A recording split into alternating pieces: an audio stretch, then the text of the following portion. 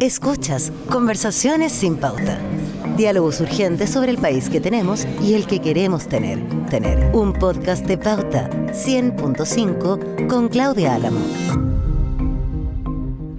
En los últimos años se ha hecho cada vez más visible la distancia entre las aspiraciones de la ciudadanía y la oferta política. Se habla de que aquí se instaló una grieta, que aquí se podría poner en riesgo la confianza que muchos ciudadanos y ciudadanas ponen en su clase dirigente. Pero sobre todo la pregunta es, ¿qué riesgos trae? ¿Cuánto espacio deja para el surgimiento de populismos o respuestas fáciles que nos hacen cargo de la complejidad de estos tiempos?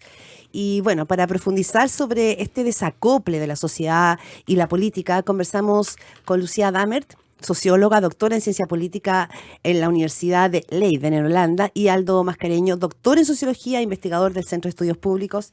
Un gustazo tenerlos acá. Muchísimas gracias. Gracias a ti. Gracias a ti. Bueno, en la introducción, y lo estábamos conversando también un poquito fuera de micrófono, da la impresión de que el momento es mucho más complejo y que se están buscando respuestas muy fáciles. El mundo político a veces, mi impresión, es que entra en estados de frivolidad, que se hace poco cargo de demanda ciudadana, o incluso la palabra demanda ciudadana parece ser tan usada que como que no tuviera retorno. Pero Katia Araujo lo ha estudiado mucho, ¿no? Este desacople de la sociedad y la ciudadanía, de aquello que los ciudadanos, mujeres, hombres, jóvenes están buscando y que el mundo político no les está entregando. ¿Lo ven así? ¿Existe ese desacople o no están así, Lucía? Mira, primero que nada, gracias. A ti.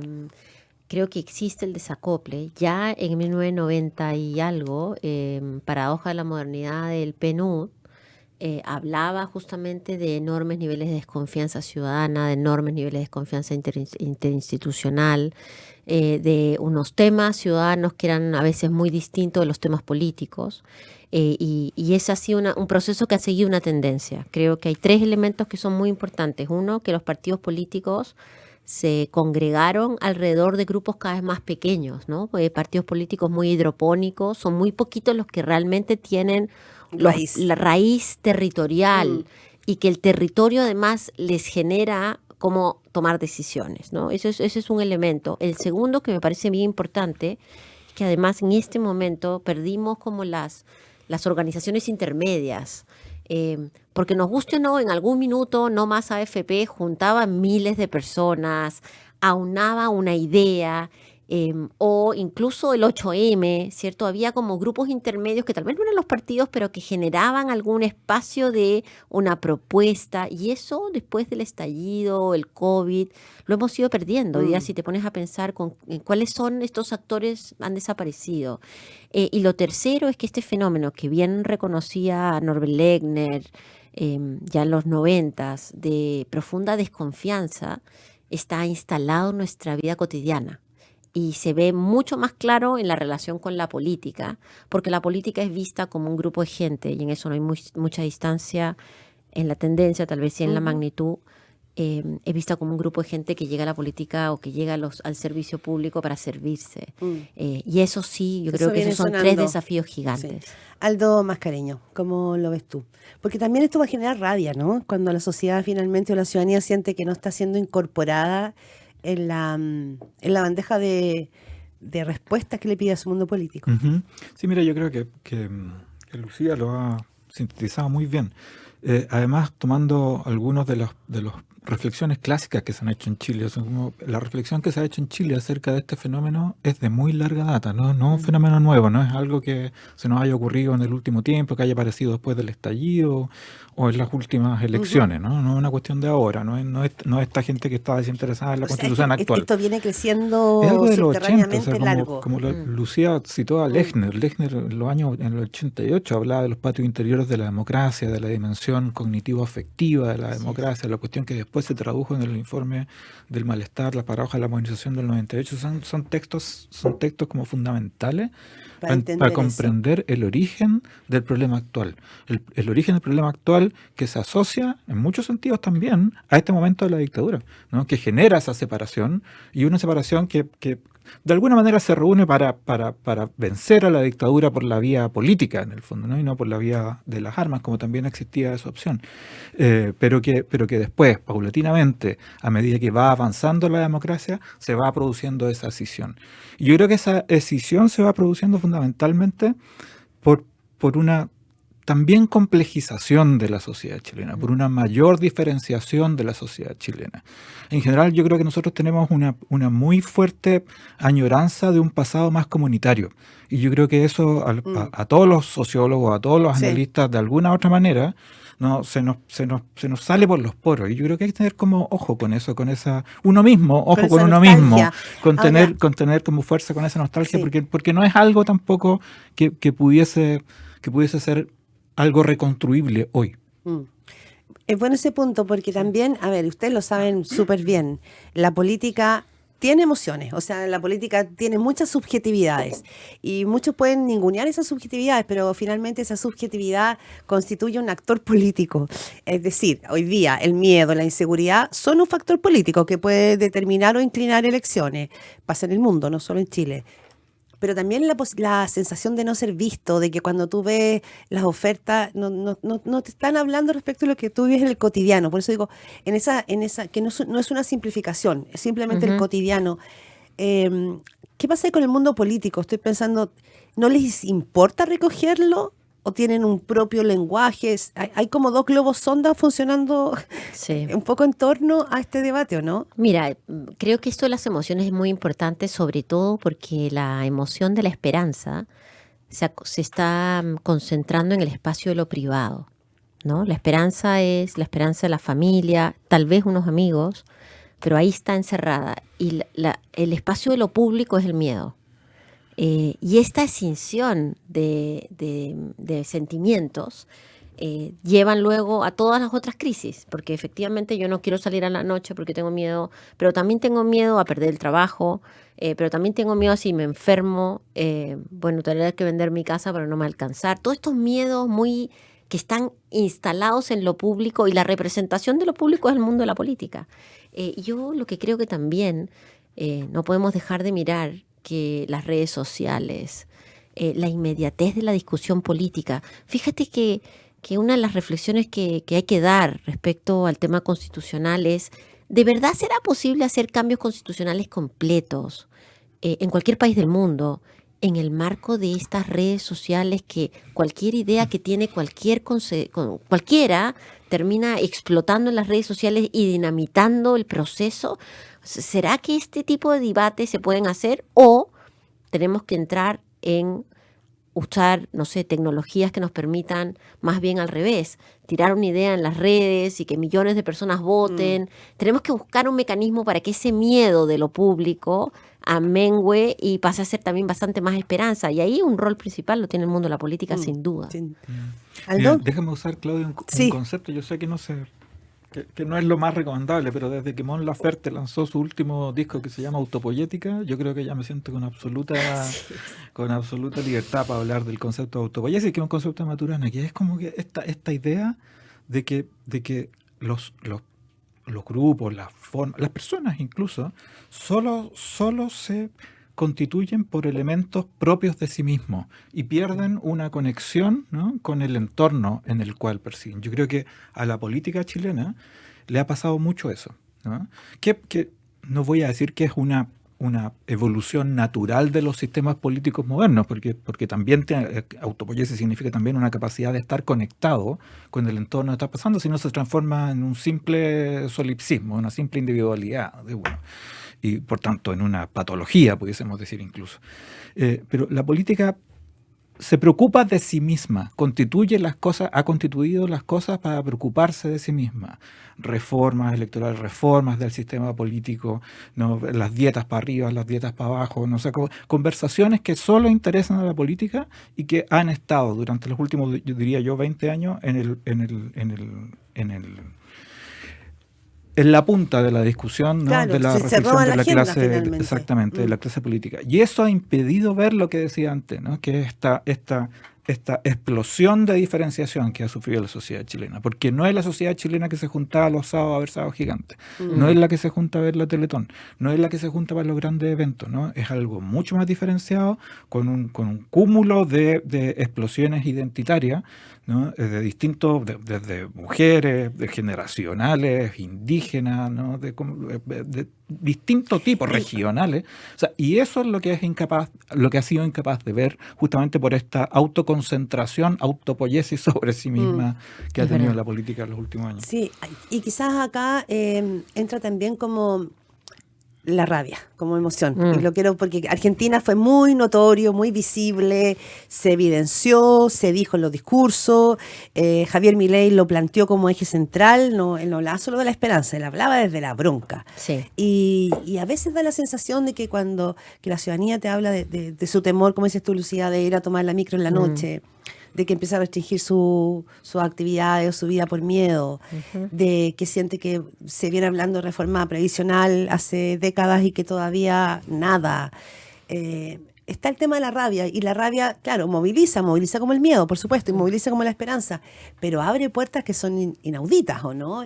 ¿Cómo lo ven ahí? Porque tanta emoción encima, cuánta pragmática hay que inyectar también al momento. Sí, sobre todo porque la rabia puede canalizarse de diversos lugares. Entonces, mi impresión es que en la Argentina la rabia se canalizó por el lado económico, ¿no? Como, bueno, efectivamente acá hay millones de ñoquis, hay gente que no trabaja, en fin. Y la nuestra se va a canalizar por el lado de la seguridad. Entonces, la chilena. Entonces, y eso es muy peligroso porque cada vez que tú avanzas en términos de disminución de derechos de algunos, es un avance, digamos, es un retroceso copernicano en términos de civilizatorios, en términos de democracia, de derechos. Además, es un camino hacia el autoencierro, en fin. Y hacia allá, en ese camino estamos, y una de las cosas que ha sido muy llamativas de este proceso político que estamos viviendo hoy es que justamente como la izquierda está gobernando, nos hemos quedado sin el antagonista a la conversación sobre militaricemos el sur, militaricemos el norte, pongamos batallones. Porque claro, cuando gobiernas no puedes estar haciendo, digamos, una pedagogía de lo bueno que es vivir todos juntos. Y porque se le cobra a la izquierda, que finalmente tiene una mirada, comillas, más buenista, comillas, más comprensiva del tema de la inseguridad, porque para la ciudadanía hoy día es máxima prioridad y quiere, lo voy a decir así, pero la ciudadanía hoy día quiere mano dura, no quiere entender por qué la pobreza afecta al otro. ¿Qué es lo que le está dando el gobierno en todo caso, ¿no? Mano dura.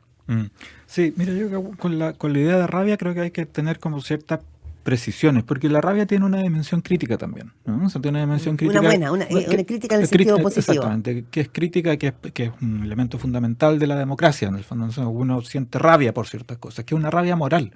Y moviliza. Una cierta indignación respecto de ciertas injusticias que ve día a día, o que uno mismo sufre cotidianamente, ¿no? El mismo hecho de que la vida cotidiana en el fondo se transforma en miedo, como tú decías, eso genera rabia, no solo para uno, sino que porque ve, ¿no? Que como siente, como tiene un sentimiento de compasión, de sentir justamente con otros lo que acontece día a día. Entonces yo creo que la rabia tiene esa dimensión crítica. Cuando esa rabia, por tanto, no es capturada, ¿no? Por la clase política o por los escenarios políticos o institucionales que tenemos, entonces se transforma en la otra. No se transforma no en una rabia moral, sino que en una rabia que se puede expresar violentamente, como aconteció en el estallido, por ejemplo, ¿no? Entonces yo creo que ahí es donde eso se canalizó y se expresó de ese modo, como indignación, como falta de identidad. Pero ahí existen esas dos dimensiones. Entonces yo creo que hay que poner atención en esas dos formas de la rabia, porque una es crítica y productiva y nos hace ver cosas que los movimientos sociales, ¿no? son productores de rabia, ¿no? Y uno tiene que estar atento a esa producción de rabia, porque es una producción de rabia que viene de la experiencia de esos movimientos y que uno como analista o como político o como periodista simplemente no ve porque no tiene esa misma experiencia. O sea, la rabia es un indicador de experiencia también. Claro, ¿no? hay que, como en el fondo también estoy de acuerdo con Aldo, hay que abrir un poco el aire de la olla a presión, ¿no? Porque, claro, uno tener va... un tubo de escape que permita aliviar esa tensión. Efectivamente, para mucha gente esto no es solamente, mira, pasó esto, sino que ya es sobre miles de cosas que te han pasado este año, llegas al 28 de diciembre y una cosa más. Entonces, ¿en qué minuto eso se convierte en un disparador de una actitud 100% nihilista? Mira, voy a votar cualquier cosa porque total da lo mismo. O, ¿sabes en qué? Votemos por Milei porque total está proponiendo locuras, pero démosle, total. O armémonos, tirémonos una propuesta para que la gente pueda estar armada en las calles. Ese ya es la deriva que a uno le preocupa mucho Claro, más. exacto. Oye, y mire, y la rabia Sí. en el estallido era súper interesante, porque en un análisis que hicimos de cosas de Twitter y cosas así, uno ya veía la rabia que aparecía en el estallido expresada, que es la tradicional. Pero además de esa rabia de los que estaban protestando, venía la rabia de los que estaban observando, porque algunos de los que estaban protestando destruían iglesias, destruían la propiedad privada, etcétera. Entonces, ya, bien, perfecto. Dos rabias juntas, ¿no? Una en la comunicación y otra en la experiencia. Después veían que la respuesta, aquellos que tenían la rabia, a los que estaban observando, veían que la respuesta de la fuerza pública era demasiado violenta, más allá de lo que uno podría haber esperado. Y por tanto te daba rabia con la, O sea, con la era fuerza un pública. festival de rabias. O sea, es un conjunto de De cosas, rabias, ¿no? De sí. rabias que son distintas. O sea, no es solo una. Tienes la que razón, aparece no lo ahí. había visto así, Y como es la súper de móvil, emociones, la ¿no? cantidad de Exactamente. emociones. Como, Sí. bueno, como decía Lechner, esto que decíamos al principio, esta dimensión cognitiva afectiva Sí. de lo social. Estamos en Conversaciones sin Pauta conversando con Lucía Damer, socióloga, doctora en ciencia política, y con Aldo Mascareño, doctor en sociología e investigador del Centro de Estudios Públicos. A ver, normalmente estas conversaciones son atemporales, pero estamos a pocos días del plebiscito y pase lo que pase, el escenario que se abra va a ser importante, justamente la dimensión de esta sociedad desacoplada. Porque pase lo que pase, la ciudadanía pareciera ser que viene expresando en las últimas semanas o meses que se desconectó de este proceso constitucional. Aquello que fue una esperanza, aquello que abrió una conversación política y en la sociedad y que dijo, bueno, quizás aquí nos reubicamos. Pase lo que pase, en cualquier escenario, la ciudadanía como que se desconectó, como que sacó su interruptor de esa conversación y quiere volver como a su dimensión más personal o a aquellas cosas que realmente lo están afectando, que es seguridad, que es trabajo, que es economía, que es relaciones personales, que son niños con problemas de salud mental o ellos mismos. Entonces, ¿cómo ven eso, no? Ese desacople respecto de algo en lo que hubo esperanza y que pareciera que ahora hay como más desinterés. Sí, a ver, lo que pasa es que ha sido un proceso larguísimo. Ha sido un proceso que de una forma o de otra, la primera y la segunda, se convirtió en un proceso elitario, ¿cierto? No es que la ciudadanía participó re poco, por un lado, y por otro, la sensación de que los temas que te afectan diariamente tampoco ni están siendo resueltos, ni están siendo discutidos. Entonces, claro, tú tienes desde el 90 una discusión sobre los problemas de las pensiones, de la educación, de la salud, en fin. Llegas al estallido con toda la carga emocional que significó, Sí. con un montón de temas no resueltos. Ahora eso pongámosle la crisis de la vivienda, hay que ponerle el tema de la migración, en fin. De ahí entramos al COVID, que es como un interregno, pero es un interregno de mucha presión, y hemos salido de eso y hemos entrado en una discusión que pareciera foránea para la gran mayoría de los chilenos. Probablemente esta discusión en una situación de boom económico sería distinto, además, ¿no? Que es otro elemento.